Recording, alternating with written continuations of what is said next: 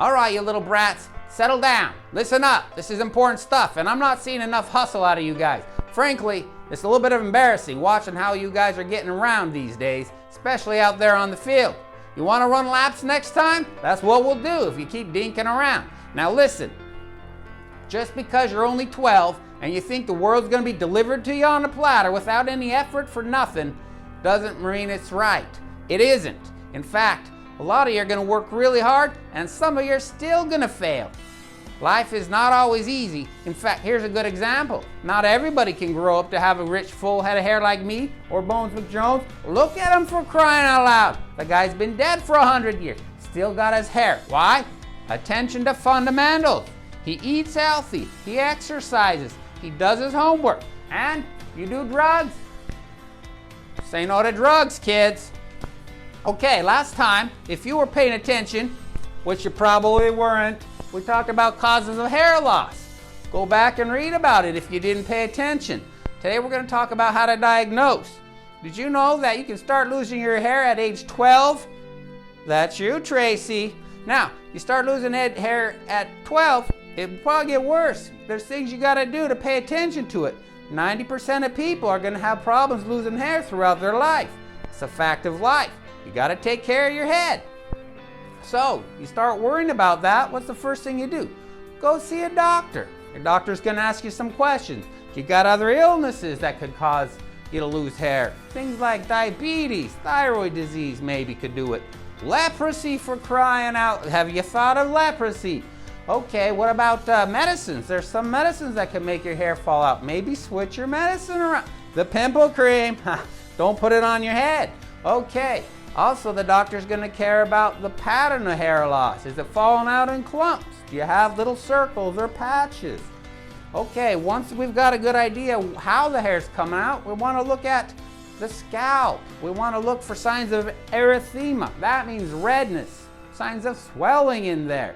You might look for scaling or flaking, other issues that show sign of infection. Once we're done looking at that, we'll also just want to look at the hair follicle itself, those little circles that the hair grows out of. How closely packed together are they? Are they widely distributed? Are there good hair shafts in them, or are they missing?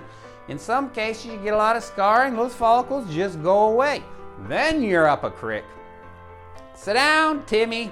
Okay, now you look at also the hair shaft. We want to know, is it thick or is it thin and wispy like a baby hair? That'll help us know the health and strength of the hair. We want to know if it's brittle. Does it break off really easy? Also the shape. Is it really fat and wide, or is it thin and crooked or straight? Okay, now once we've gone through all that, there's this other test that a doctor can do. It's called don't do it to each other now. Just listen, don't try it. Doctor's gonna grab a little, we call it the pull test. He's gonna grab a tuft of hair, maybe about 60 hairs here, and he's gonna pull gentle and firm. Now, you get more than 6 hairs in this little group. Bad news for you, you're losing hair. That means you might end up seeing somebody for something sooner or later, or maybe wearing a wig. Got to take care of your hair. So more than 6, watch out. Now, once we got an idea what's going on and how much hair is being lost, we can start looking for causes. We got the causes back here, I know, but we want to look for them now. We're going to look for signs of scarring.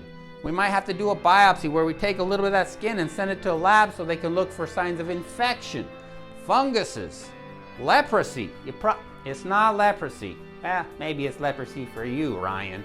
Now, we'll also be able to look for signs of autoimmune disease like lupus or sarcoidosis. Don't worry about it. Okay, autoimmune diseases. We can also look for signs of some cancers that can take or cause scarring in the hair and make it loose. Now, scarring, no scarring in the head, okay, we can also order some lab work. We can look for vitamin deficiencies. Maybe if you're low on iron, you can start losing hair. We can look for hormone problems. You get the wrong kind of testosterone in there, or not enough, it can cause some serious problems. Thyroid disease, we already talked about that one. Did we mention iron deficiency? Yeah, not lead. Don't eat paint. Also, get enough iron, eat your vegetables. Okay, we can also look for some autoimmune diseases that can cause it. You do these things, you pay attention to the fundamentals, you end up with a nice thick head of hair, and hey, who cares about the rest? Also, don't do drugs. Do your homework, not drugs. Thanks, kids. Now, get out there, take a lap.